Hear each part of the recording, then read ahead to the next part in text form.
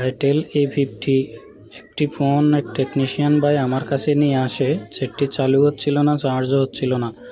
তো সর্বপ্রথম আমি চার্জারের সাথে কানেক্ট করে দেখলাম যে আমার চার্জারটি বন্ধ হয়ে যায়, কোনোভাবে এম্পিয়ার নিচ্ছিল না।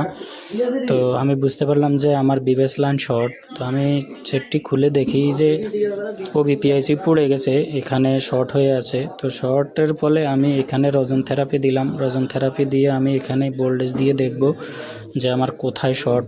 তো আমি যখনই ভোল্টেজ দিয়ে ইনজেক্ট করলাম তখনই আমার চার্জিং এসিটা মেল্ট হয়ে গেল।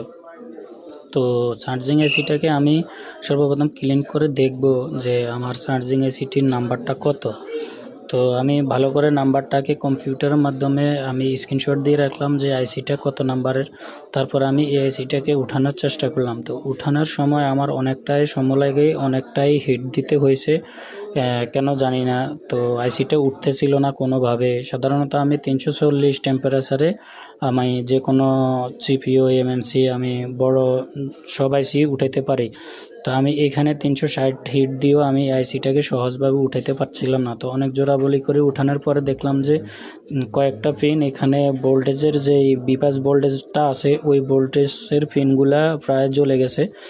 তো এটাকে আমি ভালো করে ক্লিন করলাম, ওয়াশ করলাম। ওয়াশ করে আমি এখানে আয়রন দিয়ে আমি এই বলগুলারে সমান করার চেষ্টা করলাম।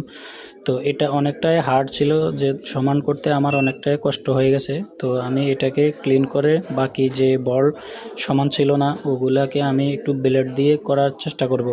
তো এই যে কয়েকটা পিন একসাথে দেখছেন, এটা সমস্যা না, একই লাইনের। তো আমি এটাকে ব্লেড দিয়ে বলগুলারে সমান করলাম।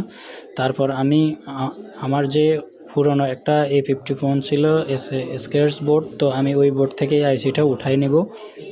তো এই আইসিটা আমি রিভলভ করলাম, এটা স্কিপ করে দেব। তো রিভলভ করে আমি আইসিটাকে লাগাই পড়লাম, এই যে পুরানো আইসিটা। তো এটা হচ্ছে নতুন আইসি যেটা আমি লাগালাম, আর এটা এই যে পুরানো আইসিটা আমার কাছে আছে। তো পুরানো আইসিটা আমি এভাবে রাখলাম।